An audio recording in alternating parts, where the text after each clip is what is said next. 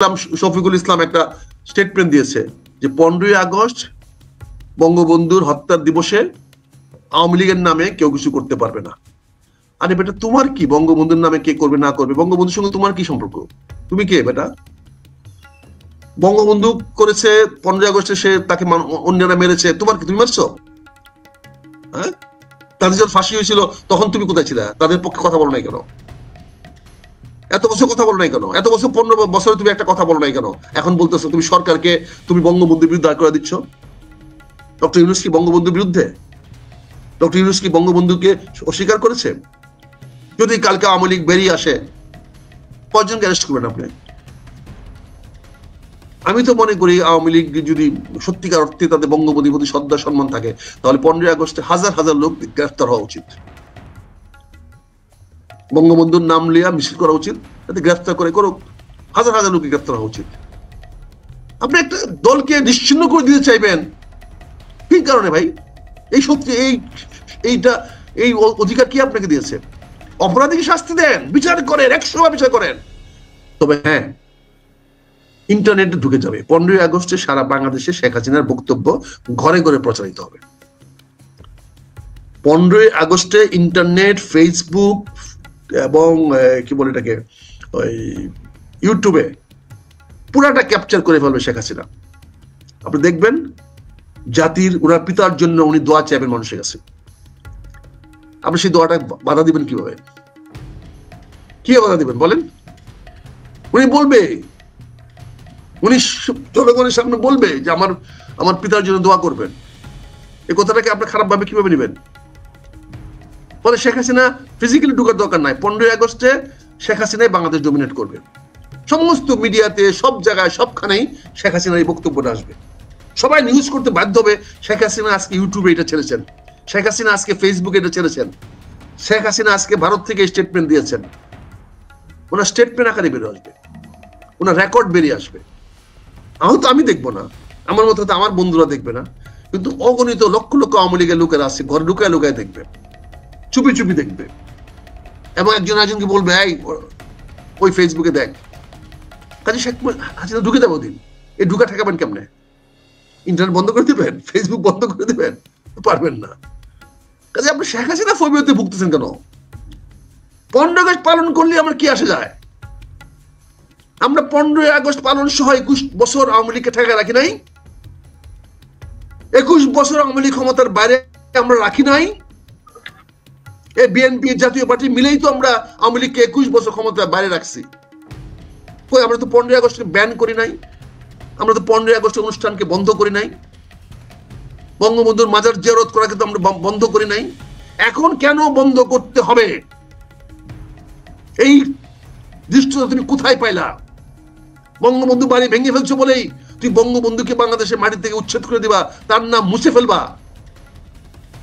বাংলাদেশে আমার গ্রামে কথা আছে, এত লালি আজজান না, এত সহজ না। সকল অস্তিত্ব উপড়ে ফেলা যায় না। গাড়ির তিল হইল, তিলটাকে উপড়ে ফেলা যায় না, কিন্তু এটাকে তিলে রাখেন, ক্যান্সার রূপান্তরিত করেন না। ক্যান্সার রূপান্তরিত হলে আমি নিহত হব, আমি মারা যাব, জাতি মারা যাবে। আওয়ামী লীগকে ক্যান্সার রূপান্তরিত করেন না। আওয়ামী লীগকে আওয়ামী লীগের মতো করে দেখেন, বঙ্গবন্ধুকে বঙ্গবন্ধু জায়গায় রাখেন, বাংলাদেশ সবাই শান্তিতে থাকতে পারবেন। না হলে আজকের এই গৃহযুদ্ধ আপনার 1 বছর ঠেকায় রাখা হয়েছে। শেখ হাসিনা আর যে হোক, একটা নাম তার থাকবে যে শেখ হাসিনা এই দেশে গৃহযুদ্ধকে এড়াইছে, সে পরাজয় মেনে নিয়েছে। এরকম বড় বড় সিংহশালরা, বড় বড় সম্রাটরা যুদ্ধক্ষেত্র থেকে পিছায় চলে আসছে, তারা কিন্তু ভিলেন হয় নাই, আলটিমেটলি তারা হিরোই ছিল, হিরো হয়েছিল। এরকম সন্ধি আমরা অনেক দেখেছি,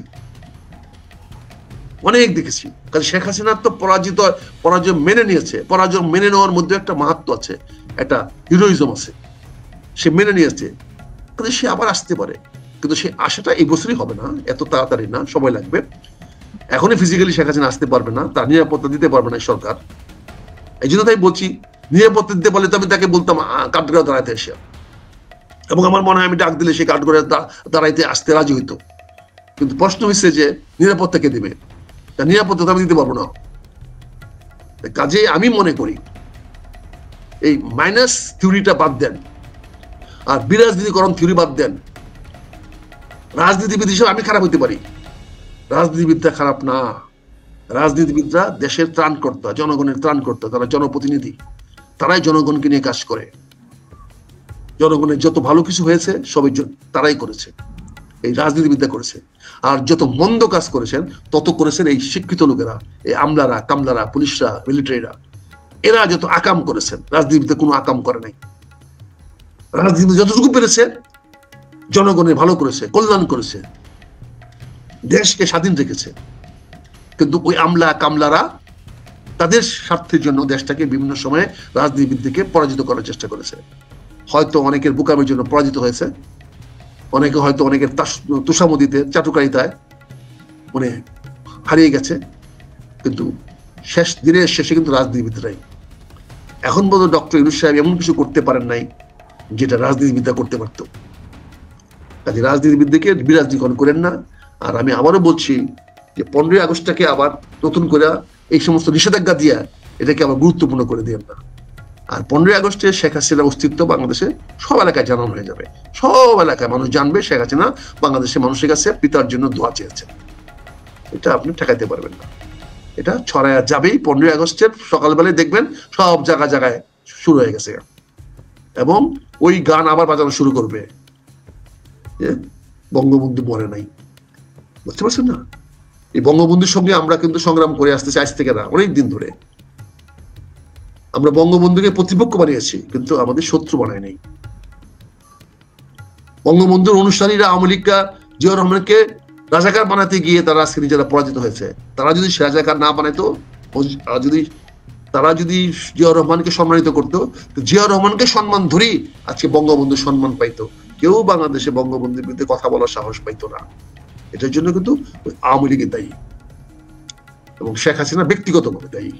এই দায় উনি এড়াতে পারবেন না। কাজে যাই হোক, এটা নিয়ে কোনো চিন্তা করার কিছু নাই। 15ই আগস্টের কে এটা মহরমের মতো হয়ে গেছে। সৌদি আরবে মহরম করে না, কিন্তু ইরানে মহরম মাতম করে। কি করবেন বলেন? সৌদি আরবে মহরম করতে পারবেন? সৌদি আরবে মহরম করতে পারবেন বলেন? কিন্তু ইরানে তো মহরম রাষ্ট্রীয়ভাবে হয়। আপনারা এটাকে ওই জায়গায় নিয়ে যান না, দয়া করে আল্লাহর রাস্তায় ভাই। বঙ্গবন্ধু বঙ্গবন্ধুকে অমূল্যায়ন করার চেষ্টা করেন না। এটা ব্যর্থ প্রয়াস হবে, বুমেরাং হয়ে যাবে। এটা করতে গেলে নিজেদেরই ক্ষতি ডেকে আনবেন।